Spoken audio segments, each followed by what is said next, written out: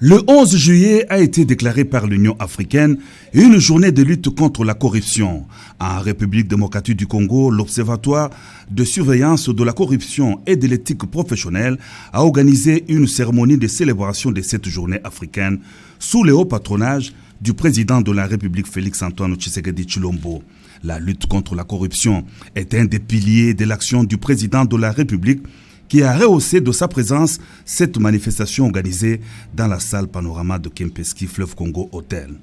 Intervenant du haut de la tribune, le chef de l'État a d'entrée de jeu rappelé son indéfectible engagement à lutter contre la corruption sous toutes ses formes.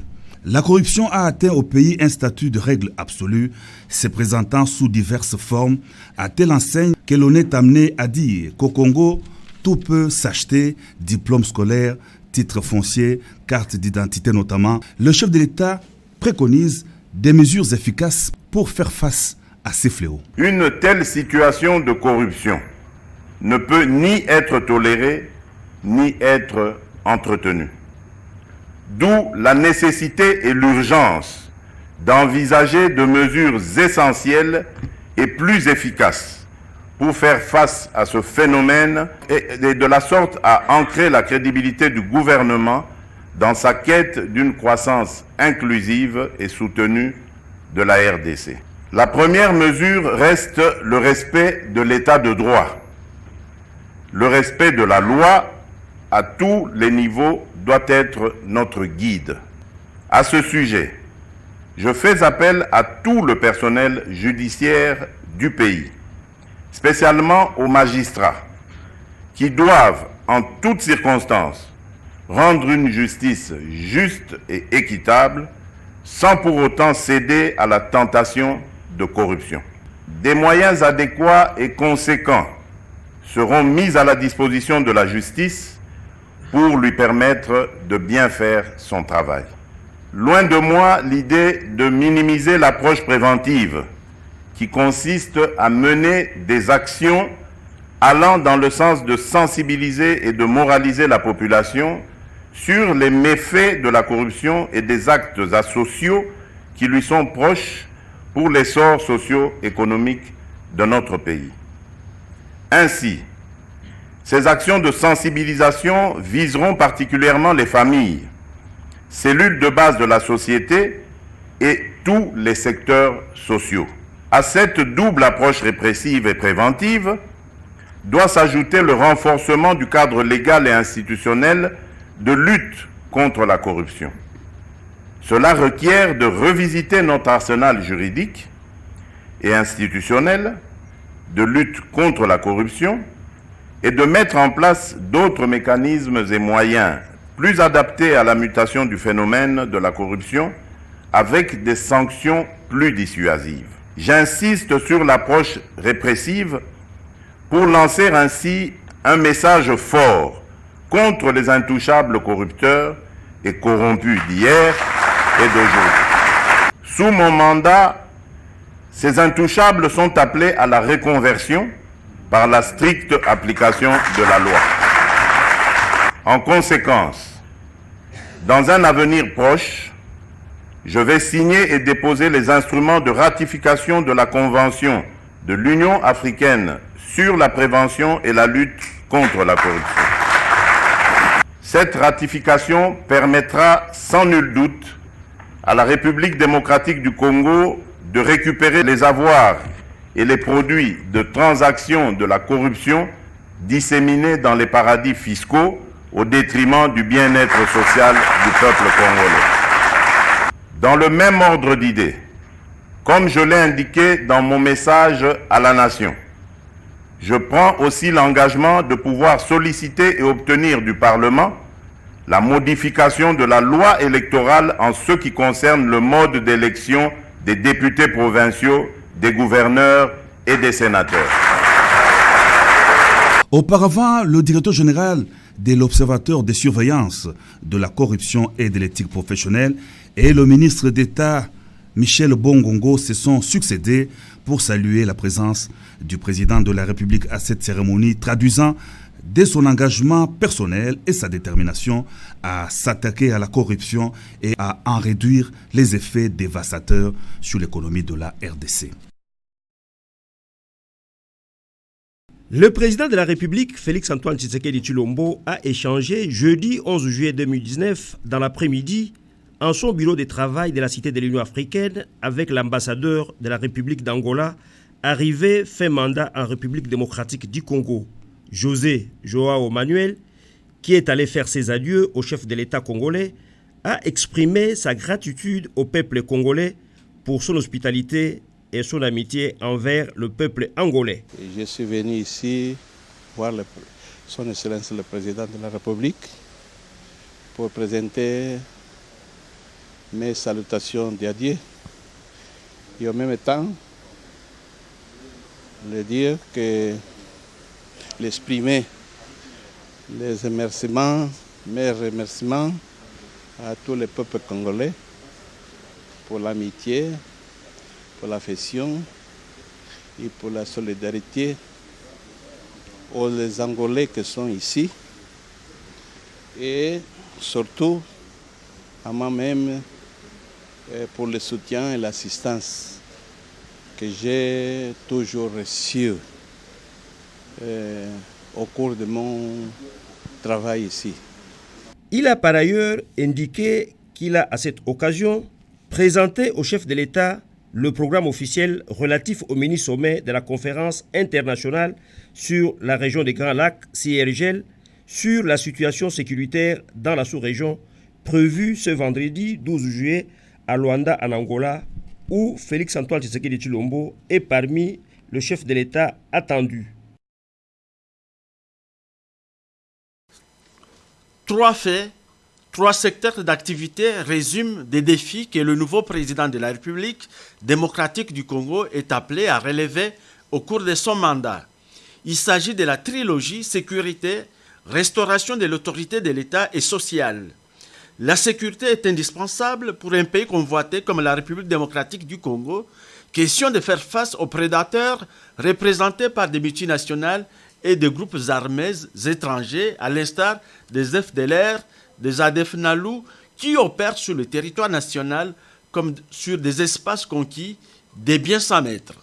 L'autre dimension de la sécurité concerne des groupes armés locaux qui menacent également la paix intérieure. Tous ces acteurs visibles et invisibles contribuent à ternir l'image de la République démocratique du Congo.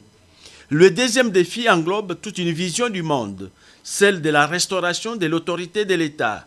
La restauration de l'autorité de l'État suppose la discipline à tous les niveaux pour remettre tout le monde au travail, mener une guerre sans merci contre la corruption qui gangrène l'économie nationale et rend le pays vulnérable vis-à-vis des tiers. Cette perspective ouvre la voie à une bonne distribution de la justice en vue de mettre fin à l'impunité. Toutes ces batteries de mesures auront pour finalité rebâtir le social.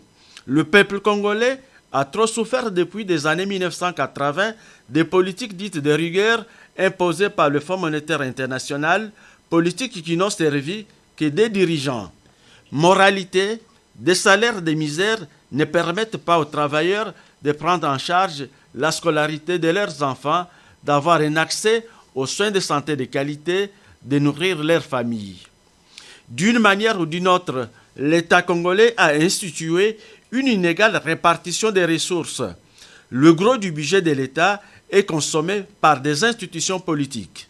Le petit reste est destiné à la paie des agents de l'État. Dans ce tableau, il n'y a presque pas de la place pour des investissements. Dans une même administration et avec le même diplôme, les salaires et les primes sont versés aux uns et privés aux autres selon que l'on est attaché au ministère des Finances, budget, plan pour le premier groupe et des affaires sociales, de la culture ou de la fonction publique proprement dite pour le dernier groupe. La question du social prend toute sa pertinence quand on sait que près de 16 000 candidats se sont lancés dans la course des législatives nationales pour 500 sièges. L'explication est bien simple. La politique, au lieu d'être un service aux citoyens, s'est imposée comme une mangeoire où l'on amasse des ressources personnelles au détriment des citoyens ordinaires. Le monde a déjà atteint 7 milliards d'habitants depuis quelques années déjà. La Chine, à elle seule, en a plus d'1 milliard, suivi de l'Inde et autres pays. Conférence internationale pour la population et le développement, CIPD 25 ans après, accélérer les promesses, thème de la célébration de la Journée mondiale de la population 2019. La République démocratique du Congo, pays signataire des actions visionnaires de cette conférence, a beaucoup à faire malgré les progrès réalisés. Le deuxième recensement général de la population et de l'habitat, RGPH2 amorcé, n'a pas encore donné des résultats. Plus de 30 ans depuis que le premier recensement a eu lieu en 1984. Cette célébration coïncide avec les 50 ans du Fonds des Nations Unies pour la population UNFPA depuis son établissement comme agence des Nations Unies. À UNFPA, nous travaillons avec les pays et les partenaires pour réaliser le monde que nous avions imaginé il y a 25 ans. Nous sommes résolument en faveur de la réalisation de nos 3 résultats transformateurs, à savoir 0 besoin non satisfait en matière de planification familiale, 0 décès maternel évitable, 0 violence sexiste et des pratiques préjudiciables telles que le mariage des enfants et les mutilations génitales féminines. C'est notre rêve et nous pensons que c'est possible. Les ministres intérimaires du plan a exprimé la gratitude auprès des partenaires techniques et financiers pour leurs dispositions inscrites dans les plans d'action du développement pour réduire la pauvreté. La planification familiale souffre d'un manque de soutien financier, d'où cette interpellation à investir sur la planification familiale, gage de développement. La Journée mondiale de la population célébrée chaque 11 juillet de l'année est une occasion pour sensibiliser la population sur les thématiques d'actualité et entrer à l'interrelation entre les problèmes émergents des populations et développement ainsi que l'évolution démographique. Déjà en 1987, la population mondiale avait atteint les caps de 5 milliards d'habitants et 7 milliards un peu plus tard. La conférence internationale pour la population et le développement CIPD tenue au Caire en Égypte en 1994 avait jeté des bases pour un bien-être meilleur de la population. 179 pays dont la RDC avait adopté des actions visionnaires mettant un accent sur la personne humaine. Promouvoir les genres, autonomisation des femmes et jeunes filles afin d'ouvrir la voie au développement.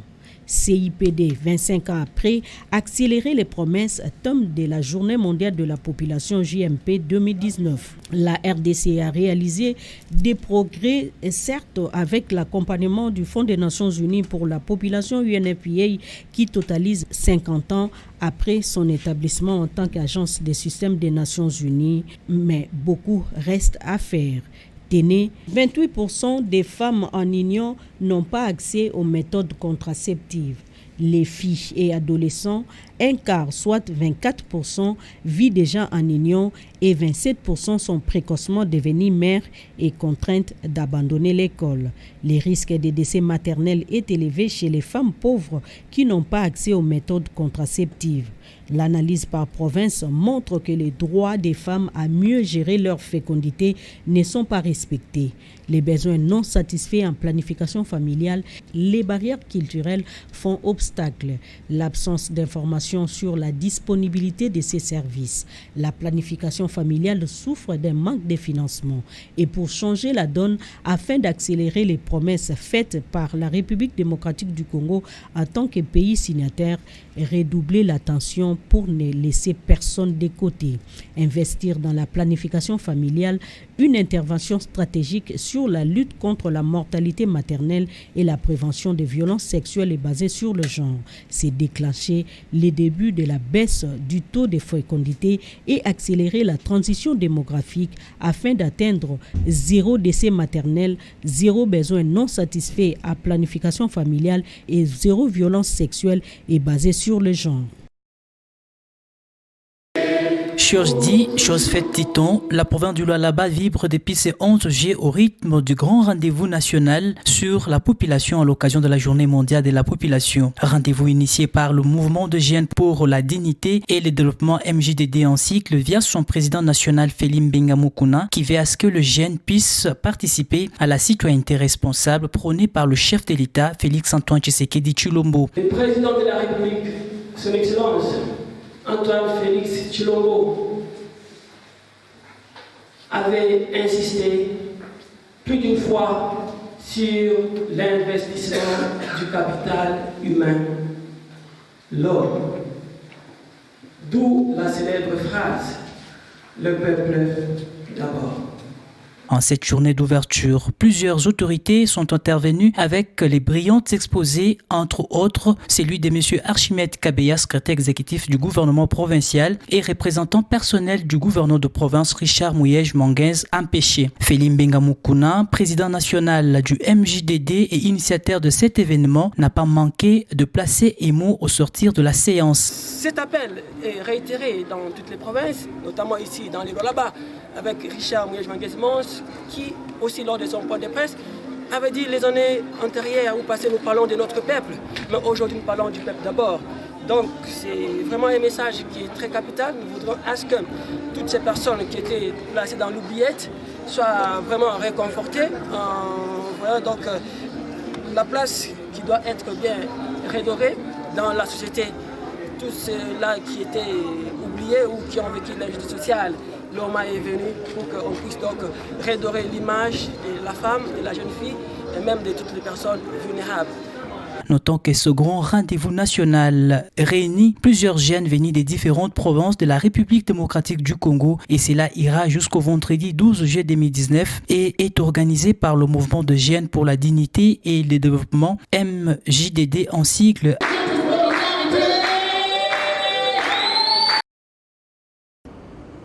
Nous avons été alertés par les malades eux-mêmes.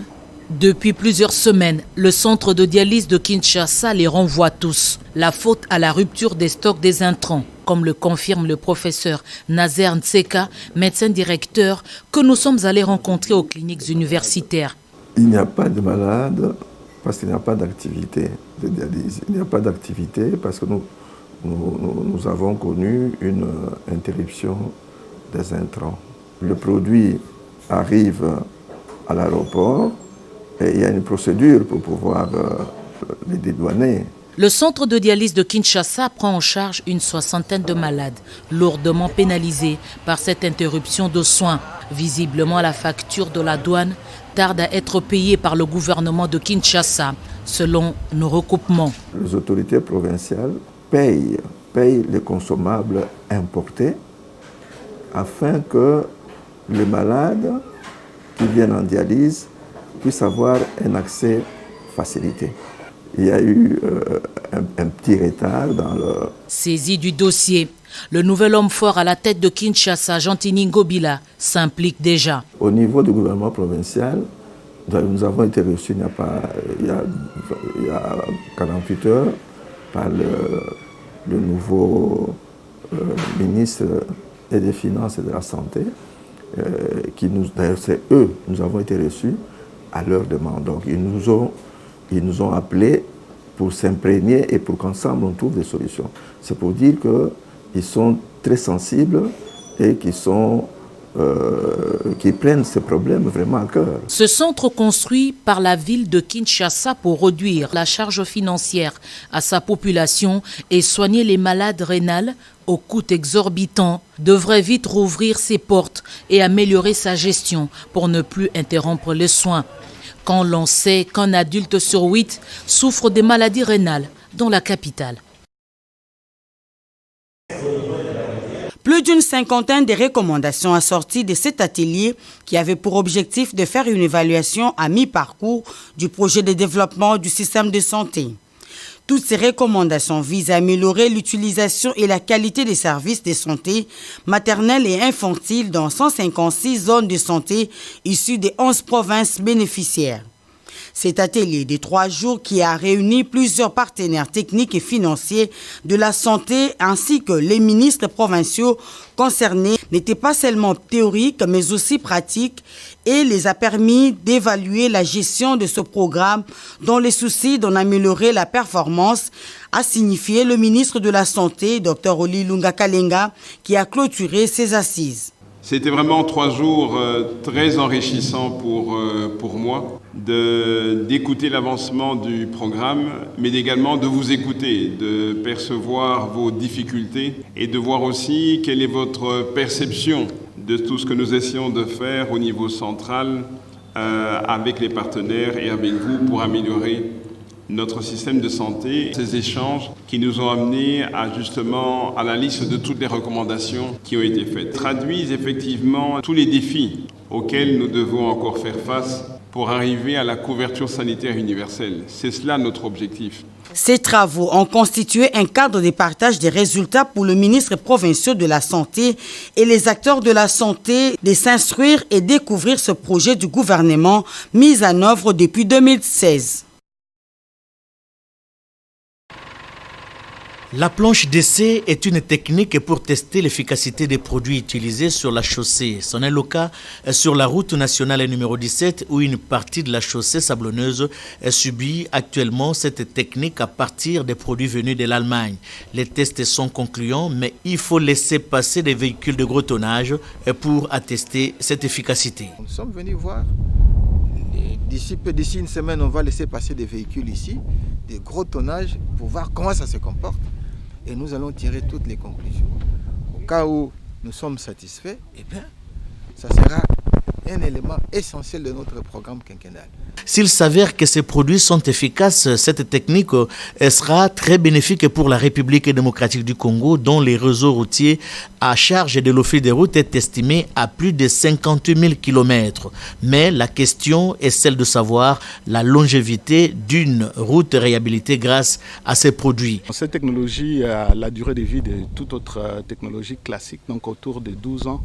La route devra tenir au moins. En conformité avec les règles d'art, cette planche à essai est suivie à quelques détails près par les bureaux techniques de contrôle. Nous sommes là pour voir comment est-ce que les choses avancent. Et avec les amis, une fois après l'application de ce produit, nous allons voir comment est-ce que ça va se comporter et nous allons tirer des conclusions.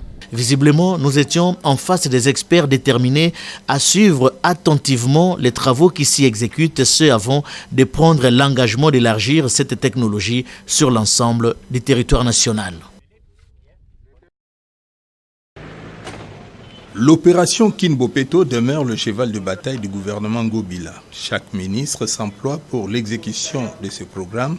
Le patron de l'intérieur de la ville de Kinshasa a fait sienne cette vision. C'est dans ce cadre que cette série de descentes dans les communes a été initiée depuis le 9 juillet dernier. Ce jeudi, Doli Makambo a visité les communes de Bandalungwa en passant par Bumbu, Ngiringiri et pour Chité dans la commune de Lingwala. À travers ces séances de travail, le ministre provincial de l'Intérieur, Sécurité, Décentralisation et Affaires coutumières s'est rendu compte de la situation générale de la population de ces différentes communes sur le plan sécuritaire et administratif. Les communes ont évoqué le problème de la sécurité et les difficultés qu'ils éprouvent au niveau de l'administration. Comment ils se prennent pour gérer cette population. Et ils ont des difficultés au niveau de l'administration, c'est presque partout la même chose. Mais nous, on s'est dit, on a récolté, on a pris les états des lieux de toutes ces communes. On va faire une synthèse, voir de quelle façon on peut régler les problèmes qui sont urgents. Confiant, Doli Makambo s'engage à éradiquer ces maux avec le concours de la population. Le numéro 1 de la territoriale de la ville de Kinshasa estime que cette tâche fait partie de l'opération Kinbopeto.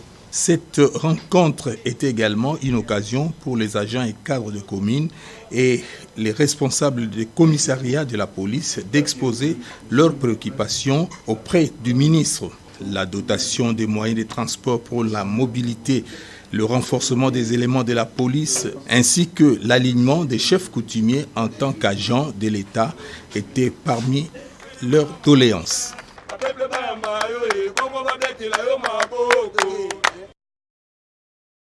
Le vice-gouverneur de la ville-province Kinshasa, Nerombo Mbongo, a visité le centre de contrôle technique automobile d'Endjili, CCTAN, sur instruction du gouverneur de la ville-province Kinshasa, Jantiningo Bilambaka. Objectif, c'est rendre compte des visus de son fonctionnement. Accompagné du ministre provincial des Transports, Jean Mbokoso, le vice-gouverneur Nerombo Mbongo a, après les mots de la promotrice du centre, la députée provinciale Marie-Moi Bintoumba, été invité par cet élu d'Endjili à visiter les installations de CCTAN. Les deux personnalités ont eu des explications nécessaires relatives au contrôle technique des véhicules de la première jusqu'à la dernière étape. La Jeep du vice-gouverneur ayant été contrôlée à l'instant même, un PV de contrôle lui a été remis pour lui signifier l'état de son véhicule. Nous sommes à Tchangou. Nous avons visité le centre de contrôle technique des automobiles de Ndjili, ensemble avec notre ministre des Transports, parce que d'ici là, nous allons lancer opération contrôle technique. Et c'est pour moi une opportunité de dire déjà aux chauffeurs de contacter alors tous nos centres de la ville. C'est dans la vision de l'actuel gouverneur de redynamiser les activités dans la ville de Kinshasa. Et ici, nous avons commencé avec le contrôle technique. Vous êtes sans ignorer que les véhicules qui roulent ici, pour la plupart, ne sont pas dans le bon état, ne respectent pas aux conditions. Et nous sommes en train de faire une action pour qu'on puisse rouler en respectant les normes internationales pour la sécurisation non seulement des chauffeurs, mais de tous les usagers de la route. Avec des contrôleurs formés à l'Institut national de préparation professionnelle INPP, ces centres répondent aux normes en cette matière. Le travail qui s'est fait au CCTAN rentre aussi dans le cadre de l'opération Kinshasa-Bopeto, car les patrons de la ville, Jantiningo Bilambaka, souhaitent que la capitale soit propre partout et que le véhicule qui assure les transports des Kinoises et Kinois soit en bon état pour leur sécurité, a-t-il renchéri. Les responsables des organisations qui encadrent les conducteurs dans la ville de Kinshasa ont été reçus en audience par le ministre provincial du budget, plan, transport, voies de communication, emploi et fonction publique Amos Mbokoso. Il était question de réfléchir en vue de trouver la solution pour la maximisation de recettes de la ville à partir des taxes de parking. Après échange avec les responsables des associations ACO, Mutuelle des chauffeurs et autres, le ministre provincial Amos Mbokoso a convenu de travailler en collaboration avec ces derniers pour la concrétisation de ce projet. Oui, mais vous savez qu'ici, le permis de conduire, c'est donné à n'importe qui. Mais nous avons pensé que maintenant, nous devons refaire cette politique-là de la délivrance de permis de conduire, notamment en ce qui concerne le recyclage et puis le passage obligatoire dans les auto-écoles. En ce qui concerne la maximisation des recettes, il y a la taxe de stationnement qui se paye au niveau des parkings. Et nous, en tant que chauffeurs, c'est nous qui sommes les assujettis parce que la taxe, c'est les chauffeurs qui le payent. Ce n'est pas le propriétaire de véhicule qui paye la taxe. Juste après, une commission a été mise sur pied comme cadre d'échange pour une bonne gestion dans ce secteur.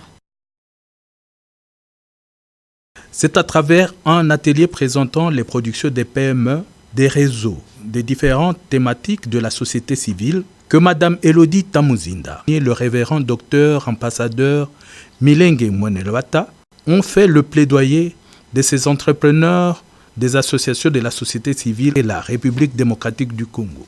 Pourquoi nous sommes ici? C'est en fait pour mettre à niveau les producteurs que vous êtes, que nous sommes, congolais, afin que vous puissiez être compétitifs sur le plan du cadre AGOA, c'est-à-dire dans ce mécanisme que les États-Unis ont mis en place pour nous faciliter les avantages, certains avantages commerciaux aux États-Unis.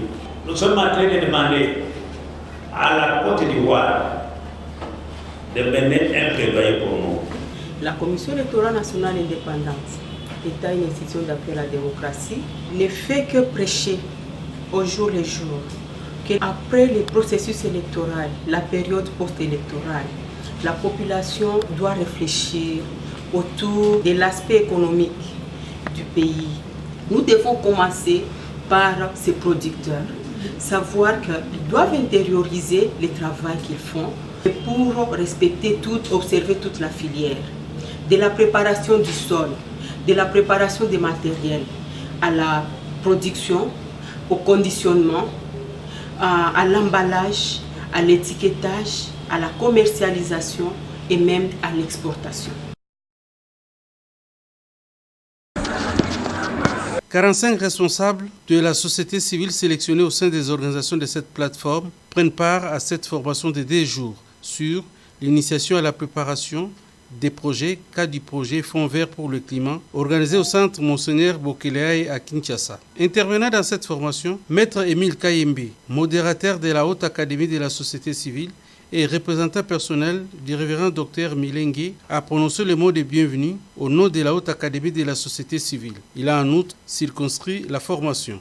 C'est pourquoi vous êtes conviés à cet atelier tout en saluant le partenariat agissant entre la Haute Académie de la société civile et le BSECO.